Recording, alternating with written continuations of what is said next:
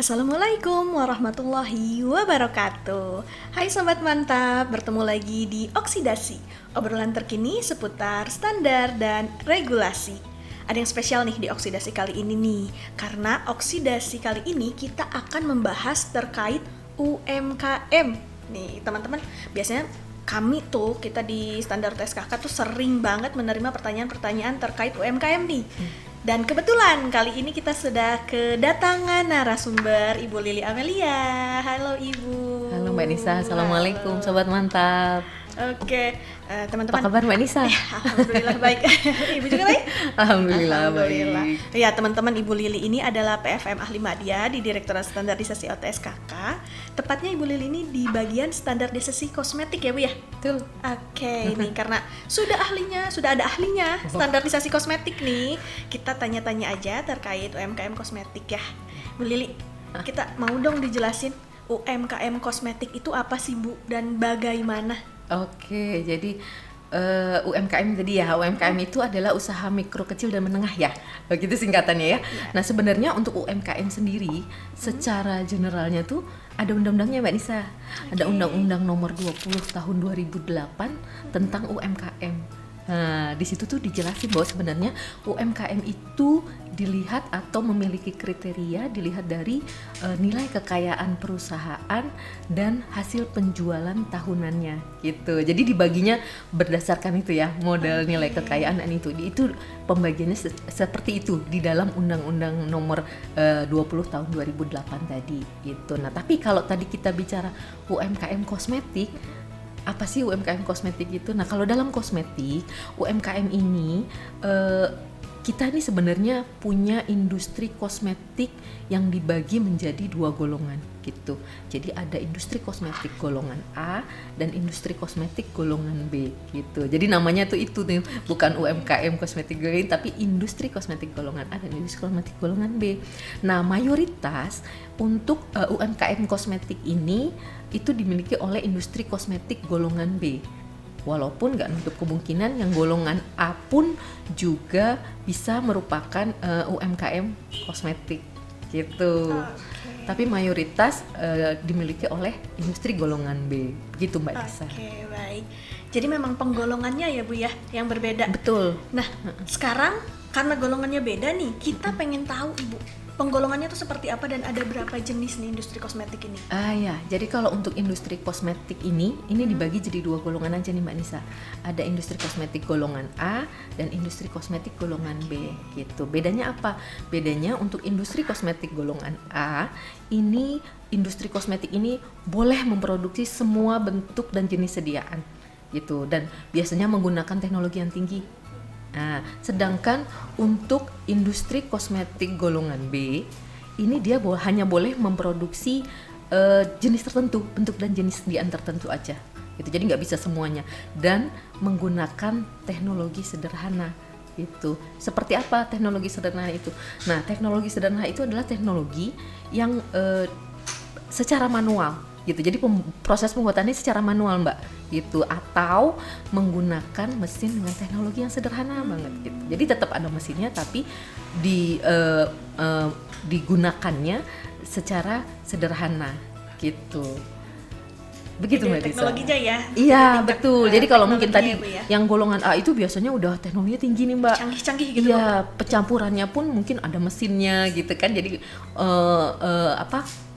mencampur lewat mesin, kemudian mengemasnya juga pakai mesin gitu. Sedangkan kalau untuk industri golongan B ini masih dilakukan secara manual, bungkusnya manual gitu. Atau kalau memang ada mesinnya juga mesinnya yang masih butuh ada unsur manusianya di situ. Gitu. Oke, baik. Jadi sudah jelas ya golongan A dan golongan B itu Betul. sangat berbeda nih. Karena tadi kita sedang membahas terkait UMKM kosmetik dan tadi Bu Lili sebutkan untuk UMKM kosmetik itu kebanyakan dari golongan B. Mungkin kita teman-teman kita fokus dulu ke golongan B ya untuk kali ini gitu. Boleh, untuk Mbak. golongan B. Nah, oke. Bu, saya juga tahu nih kalau untuk memproduksi kosmetik itu kita harus punya CPKB. Betul ya Bu ya? Betul. Harus ada sertifikat CPKB-nya teman-teman nih. Nah, karena golongan industrinya beda, itu CPKB-nya gimana sih Bu? Sama nggak? Iya. Jadi kalau kita ngomong soal CPKB tadi ya, CPKB itu sendiri adalah seluruh aspek kegiatan pembuatan kosmetik yang bertujuan untuk menjamin agar si produk kosmetik yang dihasilkan ini nih senantiasa memenuhi persyaratan mutu yang sudah ditetapkan dalam peraturan gitu. Jadi untuk memastikan nih bahwa produk yang dihasilkan itu mutunya bagus gitu. Nah, pembuktiannya bagaimana? Pembuktiannya itu dibuktikan dengan adanya sertifikat CPKB dan ada juga sertifikat pemenuhan aspek CPKB gitu. Karena kan semua industri kosmetik yang ingin memproduksi kosmetik itu wajib menerapkan aspek CPKB ini. Begitu Mbak, makanya jadi gimana cara taunya? Nah, industri tersebut harus mengajukan sertifikat CPKB atau sertifikat pemenuhan aspek CPKB. Nah, untuk industri golongan B sendiri ini wajib dibuktikan dengan sertifikat pemenuhan aspek CPKB gitu. Jadi khusus untuk golongan B ini yang harus dipenuhi pemenuhan aspek CPKB, bukan sertifikat CPKB-nya. Gitu, Mbak. Oke, jadi dari namanya saja sudah beda ya Bu ya, sertifikat CPKB dan sertifikat pemenuhan aspek CPKB. Nah, jadi saya mau nanya lagi. Bedanya apa tuh Bu antara kedua itu, Bu? Ya, jadi bedanya antara sertifikat CPKB dan sertifikat pemenuhan aspek CPKB ini ada di aspeknya, Mbak. Gitu. Jadi untuk sertifikat CPKB ini punya 12 aspek, Mbak, yang harus dipenuhi untuk memperoleh sertifikat CPKB tadi. Itu. Nah, 12-nya apa aja? Ada sistem manajemen mutu, kemudian ada personalia, ada bangunan dan fasilitas, kemudian ada peralatan, ada sanitasi higiene, ada produksi, pengawasan mutu, dokumentasi, audit internal, penyimpanan, kemudian kontrak produksi dan pengujian, kemudian yang terakhir ada penanganan keluhan dan penarikan produk. Itu 12 aspek yang harus dipenuhi untuk memperoleh sertifikat CPKB. Sedangkan untuk sertifikat pemenuhan aspek CPKB itu hanya memenuhi 2 aspek saja dari 12 tadi, yaitu aspek sanitasi higiene dan dokumentasi gitu. Nah, itu semua sudah tertuang di peraturan nih Mbak Nisa. Ada peraturannya, peraturan nomor 25 tahun 2019 tentang pedoman CPKB. Nah, itu bisa dilihat selengkapnya di situ tuh, detail-detail dari setiap aspek itu. Di situ dijelaskan, Mbak, gitu. Kalau saya jelasin di sini kepanjangan, Mbak, gitu. Jadi, mungkin nanti teman-teman Sobat Mantap bisa melihat peraturan tersebut dan mungkin bisa membaca atau melihat di situ apa saja detail dari masing-masing aspek tersebut. Oke, dari 12 aspek tadi ya. Karena Betul. siapa tahu karena 12 banyak banget lupa. Barusan dengerin sih Bu. Betul, gitu, tapi siapa lupa. tahu kelewat gitu ya. Iya, bisa cepet lupa. Iya.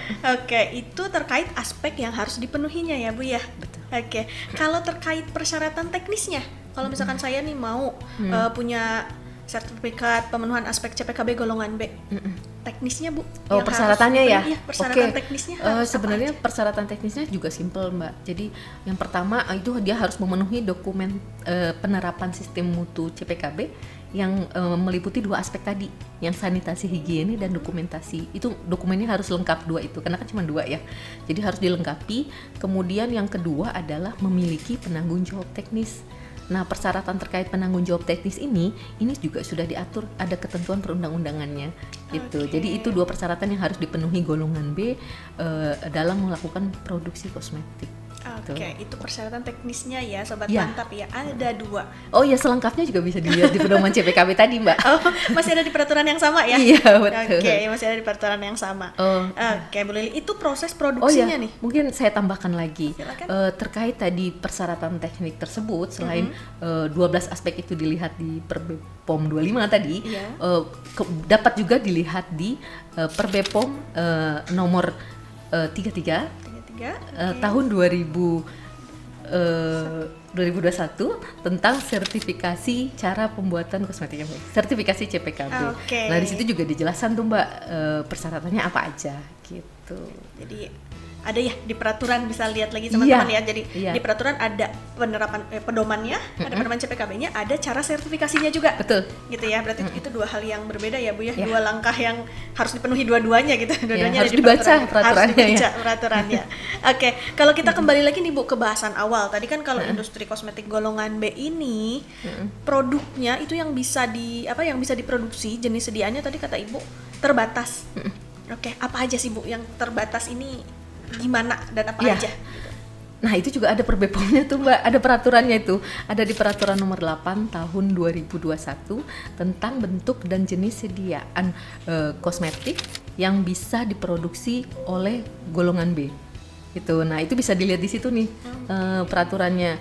Di sini dalam peraturan tersebut dijelaskan bahwa bentuk dan jenis sediaan kosmetik tertentu itu memiliki faktor risiko yang rendah. Gitu. Jadi untuk industri golongan B itu boleh memproduksi bentuk dan jenis sediaannya jika memang memiliki resiko yang rendah, dan juga diproduksi itu oleh teknologi yang sederhana gitu. Jadi menggunakan teknologi yang sederhana, bukan teknologi yang tinggi, itu persyaratannya gitu. Nah bentuknya apa aja nih Mbak yang boleh diproduksi nih? Bentuknya tuh bisa cairan, bisa setengah padat, bisa serbuk gitu. Nah kalau untuk contoh-contoh produknya seperti apa? Misalnya bisa berbentuk parfum, kemudian ada minyak rambut, terus kemudian ada krim buat pijat. Nah, krim buat pijat ya, massage oil. Kemudian ada bedak dingin, ada bedak badan, ada lulur, kemudian rempah-rempah seperti itu. Nah itu juga tergolong bentuk dan jenis sediaan yang bisa diproduksi oleh golongan B. Mungkin nanti selengkapnya bisa dilihat di per BPOM 8 tadi ya gitu. Di situ dijelaskan dalam lampiran apa-apa saja bentuk sediaan dan jenisnya yang bisa diproduksi gitu Mbak. Selengkapnya bisa dilihat di situ. Oke. Ya. Bu, kalau saya dengerin ya barusan, berarti bentuk sediaan ini yang dibuat dengan teknologi yang sederhana ini mungkin sepertinya seperti kosmetik-kosmetik yang tradisional ya Bu ya, yang khas daerah-daerah seperti itu. Itu kebanyakan sepertinya prosesnya juga sederhana tuh, sesuai dengan yang Ibu bilang tadi. Betul, memang kalau yang sekarang banyak beredar ya, banyak diproduksi itu umumnya dari perusahaan-perusahaan yang ada di daerah Mbak, itu yang memang benar-benar minim untuk peralatannya, tapi mereka merupakan UMKM yang harus kita support gitu. Jadi mereka banyak loh Mbak di daerah-daerah itu yang sebenarnya mereka punya bahan yang sangat bagus, cuma belum terekspos gitu. Nah mereka tuh produksi itu secara sederhana. Nah itu kita fasilitasi supaya mereka tetap bisa bersaing dengan produk-produk yang mempunyai teknologi tinggi ya gitu. Nah supaya nggak kalah gitu Mbak. Oke, berarti kalau yang tradisional gini, ini berarti kalau kata anak sekarang ya Bu ya, sebutnya tolong dong di-spill rahasia kecantikannya gitu ya. Jadi kan kalau daerah kan suka punya rahasia kecantikan ya Bu. Itu cocok sekali berarti untuk diproduksi oleh UMKM ya Bu ya. Betul. Oke, cocok sekali. Oke. Nah, sekarang tadi bentuk sediaannya dibatasi Bu gitu. Apakah itu artinya ada sediaan yang memang tidak boleh diproduksi oleh industri kosmetik golongan B Bu? Ya, betul. Ada beberapa sediaan yang tidak boleh diproduksi oleh golongan B. Yang pertama adalah kosmetik yang digunakan untuk bayi, karena kan bayi itu sensitif ya gitu. Jadi itu yang pertama. Kemudian yang kedua adalah kosmetik yang digunakan di area mata, area rongga mulut dan membran mukosa, itu juga nggak boleh. Misalnya kayak mouthwash gitu ya. Kemudian yang ketiga adalah kosmetik yang memiliki atau mengandung bahan yang berfungsi untuk anti jerawat, untuk whitening, kemudian untuk chemical filling, tabir surya, pewarna rambut, itu juga nggak boleh gitu. Nah yang selanjutnya adalah kosmetik yang pembuatannya itu memerlukan teknologi yang tinggi, misalnya aerosol. Nah itu juga nggak boleh diproduksi oleh industri golongan B gitu. Oke, berarti memang untuk yang seperti sunscreen nggak bisa ya Bu ya? Nggak bisa. Sunscreen nggak gitu. bisa. Walaupun misalnya sederhana, tapi kandungannya ada sunscreen di dalamnya, itu nggak boleh diproduksi gitu, kalau sunscreen ya. Karena resikonya tinggi. Karena resikonya tinggi. Oke, berarti disesuaikan lagi dengan resikonya sendiri. Betul. Karena tadi kan aspek yang persyaratan tadi ya hanya dua ya teman-teman ya gitu. Memiliki faktor risiko yang rendah. Oke, faktor risikonya harus yang rendah, itu yang bisa diproduksi oleh UMKM kosmetik ini. Iya, betul. Oke. Waduh. Penjelasannya sudah panjang lebar sekali Bu tadi terkait produksinya, sertifikat untuk bisa memproduksinya, sediaannya juga sudah kita bahas, sediaan yang boleh, sediaan yang tidak boleh juga udah. Nih Bu, ada lagi Bu. Jadi kepikiran, kalau misalkan Bu, saya mau buat nih produk kosmetik gitu, UMKM Bu, masih UMKM, teknologinya masih sederhana, tapi ternyata sediaannya nggak sesuai tuh tadi sama yang peraturan yang ada boleh. Di peraturan ya, tadi. Di peraturan tadi ternyata nggak ada jenis sediaannya, tapi kan saya mau inovasi Bu, gitu, boleh nggak sih Bu? Boleh aja ya Mbak, kan kita nggak Boleh. mungkin menghambat inovasi ya gitu. Nah, gimana kalau nggak ada di peraturan tersebut? Kalau memang tidak ada, silahkan mengajukan kajian ke Direktorat Standarisasi OTSKK. Ke kita nih Mbak gitu. Jadi silahkan pelaku usaha atau perusahaan yang mungkin pingin memproduksi satu bentuk jenis sediaan kosmetik gitu yang tidak tercantum di peraturan tadi, silahkan mengajukan kajiannya dengan melengkapi persyaratan-persyaratan untuk pengajuan kajian tersebut. Nanti akan kita kaji dan akan kita bahas, akan kita tinjau lebih dalam apakah memungkinkan untuk si bentuk jenis sediaan ini diproduksi oleh golongan B gitu. Kalau memang ternyata dimungkinkan untuk diproduksi oleh golongan B, maka akan kita izinkan, akan kita perbolehkan untuk memproduksi sediaan tersebut gitu. Jadi jangan khawatir, kalau memang nggak ada, silakan ajukan aja dulu kajiannya gitu. Nanti akan kita bahas lebih lanjut gitu, apakah boleh atau tidak gitu. Berarti selama golongan B kalau mau inovasi silahkan, selama dia tidak termasuk dalam sediaan yang tidak diperbolehkan tadi ya. Ya, Itu masih yang larangan tadi ya. Selain larangan tadi dan Iya. belum ada di peraturan, itu kesempatannya masih ada tuh untuk bisa buat ya Bu ya. Untuk Betul, bisa karena kan memproduksi. inovasi selalu berkembang ya gitu. Cepat banget, Jadi apalagi kosmetik Bu nih sekarang. betul Banyak gitu. sekali. Jadi nggak nutup kemungkinan nanti akan ada inovasi-inovasi baru yang sebenarnya sederhana dan bisa dibuat oleh UMKM gitu. Iya, oke. Ini nih, definisi mantap tuh kayak gini nih. Gitu. Mengawasi, tapi kita memberikan ruang untuk berinovasi. Betul. Iya Bu ya. Oke. Ini pembahasannya aduh, sudah banyak sekali teman-teman ya. Tapi mungkin teman-teman masih punya pertanyaan-pertanyaan lainnya, tenang saja. Kalau mungkin dalam episode ini belum kita bahas, akan ada episode lainnya. Iya kan Bu, Oke. tentang UMKM ya Bu ya. Nanti Iya, ada pasti, lagi ya. Mbak. Tapi kalau dibuat dalam satu episode ini durasinya sampai besok kayaknya Bu. Iya, Durasinya nggak cukup ya. nggak cukup. Durasinya sampai besok. Oke. Untuk kali ini mungkin sampai sini dulu ya Bu ya. Nanti Oke. ada pertanyaan lain. Akan ada seri selanjutnya ya Mbak? Akan ada Oh, seri selanjutnya tentu saja. di Jangan bosan. oksidasi. Oksidasi. Jangan bosan ya Bu ya. Oke, baik. Oke. Terima kasih penjelasannya Ibu. Sama-sama. Semoga bermanfaat bagi saya dan bagi teman-teman, bagi sobat mantap semua yang Juga akan untuk UMKM. Betul, yang akan berusaha gitu sebagai UMKM gitu. Terima kasih Bu Lili penjelasannya, semoga bermanfaat. Sama-sama. Dan kepada sobat mantap, sampai jumpa di episode selanjutnya. Sampai jumpa. Dadah.